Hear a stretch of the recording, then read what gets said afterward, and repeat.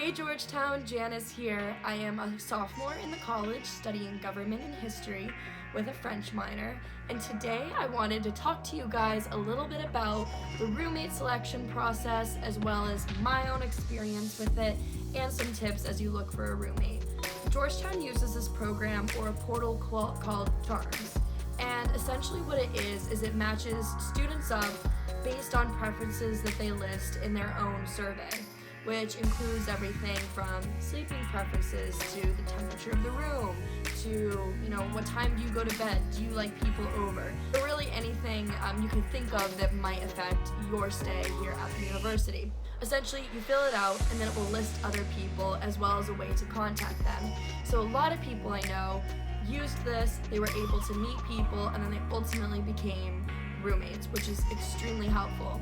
You don't necessarily need to use, or I guess better wording is necessarily totally rely on Charms.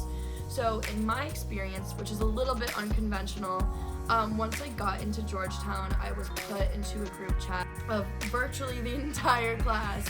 And I tried to remain as vocal as I could and get to know other people, and I met this other girl named Bailey, who is my roommate now and is also one of the members of Georgetown Stories.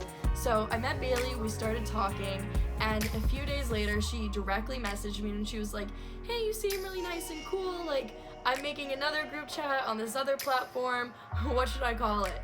And I just remember being so excited that this girl reached out to me because I thought she was so cool.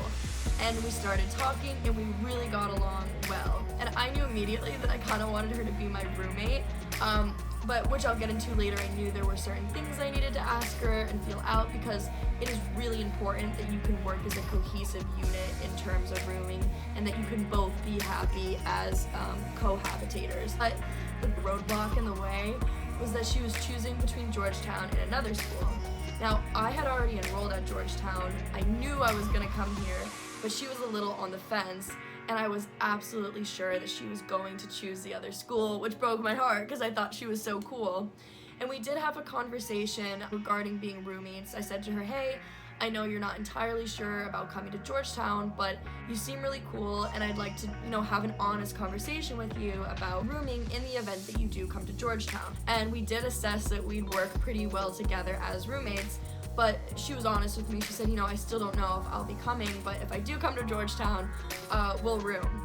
So for a few days, I was really on the edge because I wanted her to come to Georgetown so badly, and I didn't think she was. And then a few days before the deadline on May 1st, she messaged me and was like, "Hey, I hope I'm not too late, but I'm coming to Georgetown. Do you want to be my roommate?"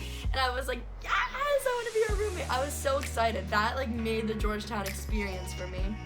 Essentially from there, we told each other we just cared most about having a good relationship as roommates, but I think because we didn't put pressure on each other to begin with and cared more about us living together, we naturally cultivated our own friendship and ultimately became best friends. So, advice for rooming, and it kind of centers around the conversation we had. The first thing I say is don't be afraid to reach out to people. If Bailey hadn't reached out to me, I may have had a totally different Georgetown experience so far. So I know it can be daunting to be like, "Hey, I'm trying to find someone to live with this year. I hope we get along, let's talk." But trust me, it's worth it. There are so many fascinating, cool people to talk to. Be really honest about what you need as a roommate and have the hard conversation and have the hard questions first, because you're much better off, getting out of the way if you can or can't live together based on really big things. Bailey and I both were really honest about things we needed as roommates, things we would expect, different boundaries that we would absolutely need to have, and I highly recommend that. That also really connects to this other point I want to make, in which know yourself. When you start talking to someone about rooming, it almost makes you reevaluate how you as a person are. So for one thing, I never really thought about when I go to bed, and that's a question that I was asked by a few people as I was looking through roommates. So one thing I would recommend is sitting down with friends or family and asking them to be really honest about your sleeping habits, living habits, and generally just like how you are here in different respects that would be pertinent to a roommate. There are many different stories and experiences with charms. Either way, Georgetown really goes out of its way to make sure that you are connected with other students who you can live well with, and I've seen many different exciting living stories. That's my advice to you, and I hope you enjoyed my story as it was a little unconventional. And Hoya Saxa!